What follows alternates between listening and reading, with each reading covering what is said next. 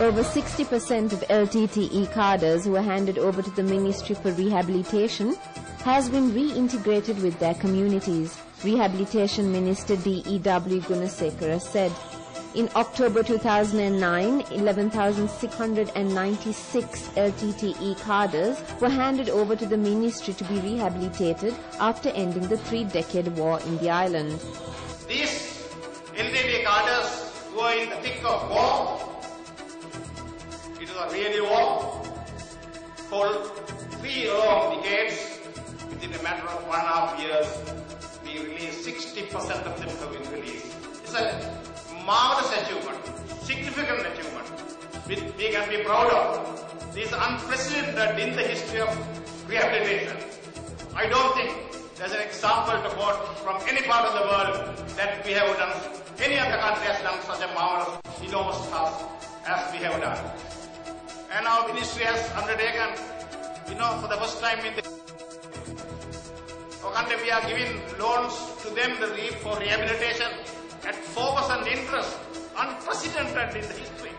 At 4% interest, we fed them, we trained them, we educated them. 10% of them did not know the alphabet, Tamil alphabet. We gave them education. There are a number of undergraduates. We taught them in the rehabilitation camp, and about 300 are in the universities today, even in the medical college. What part of the world in refugee camps or rehabilitation camps? Rehabilitation Minister recalled the humanitarian efforts of the Sri Lankan armed forces that are being challenged by the UN expert panel. At the tail end of at the last phase of the struggle, on May 19th, 18th, most of the people have come to the fact that 300,000 civilians who were trapped up in Mulathiv were safely secured by our army, really motivated by compassion and love for the people. If it had happened in Rwanda, if it had happened in Congo, if it had in any part of the world, they would have taken revenge. They never took revenge.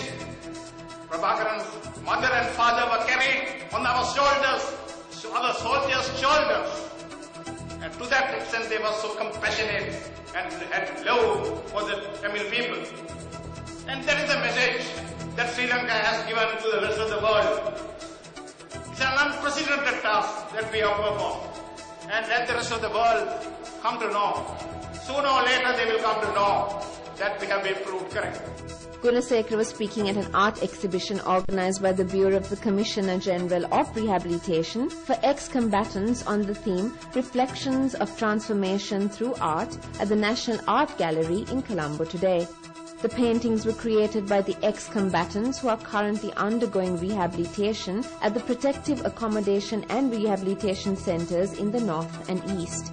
The exhibition will showcase around 300 paintings, and the public would also be able to purchase the paintings.